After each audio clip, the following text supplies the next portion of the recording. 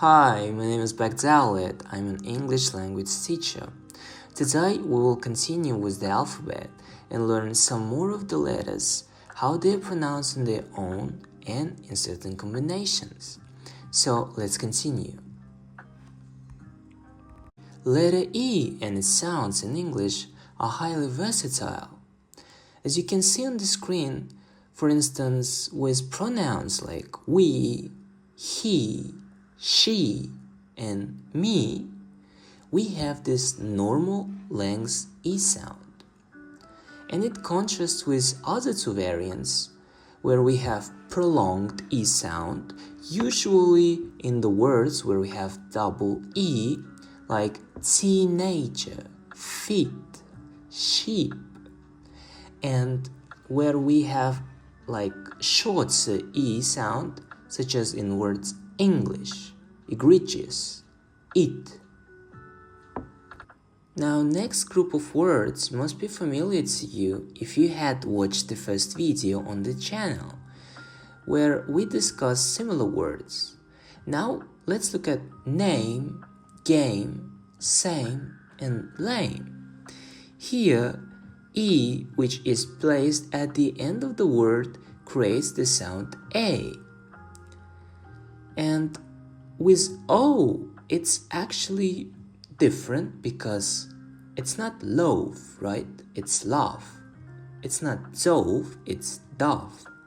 But past of strive is not strove, but it's strove. So be careful with this one, okay?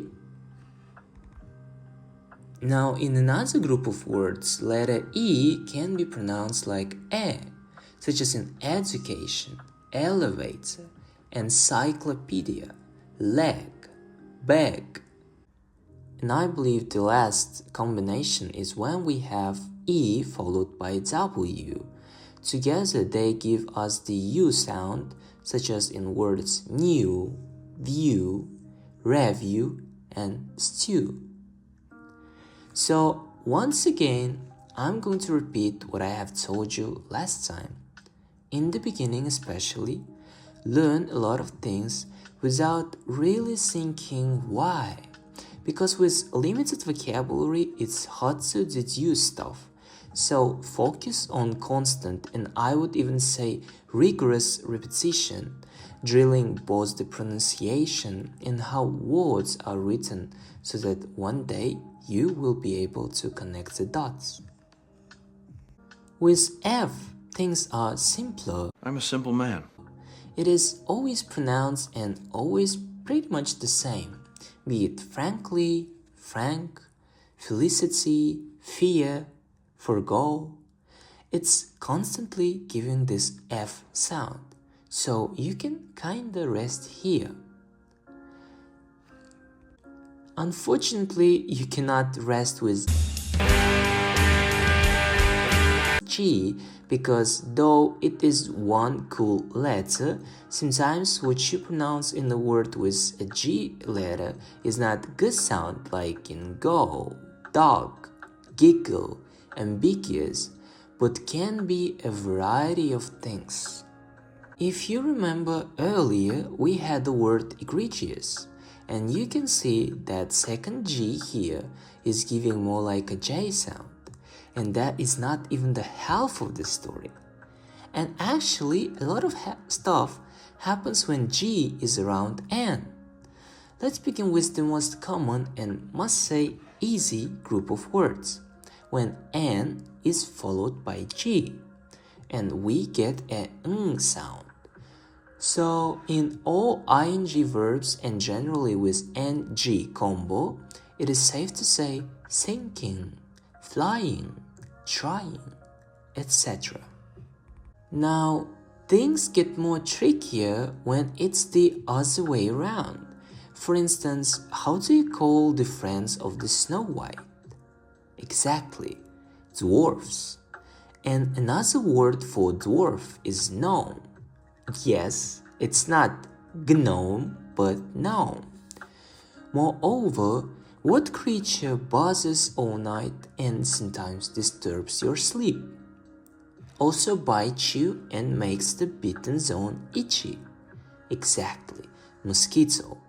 And there is a creature that resembles it, though is smaller and at least generally doesn't bite you. Well, that's what Wikipedia says.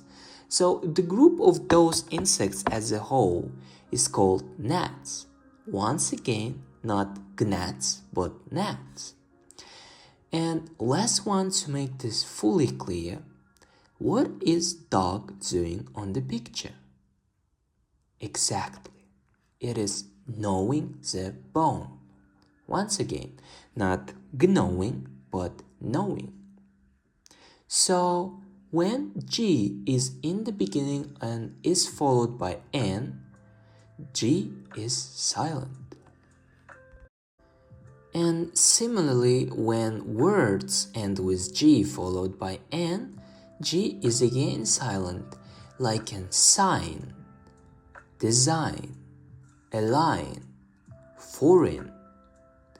But I must say that when we have a suffix after those words, sometimes G can become pronounced, like in sign but signature, design but designation, align, but here it's like same, alignment. Foreign, it's still silent, so foreigner, okay?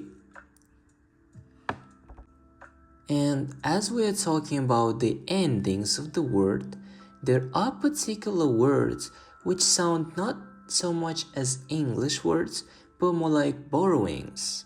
You may have heard some of them, like phlegm or paradigm. But once again, be careful when we have a suffix followed by this word. Like, yes, it's phlegm, but it's phlegmatic. Yes, it's paradigm, but it's paradigmatic.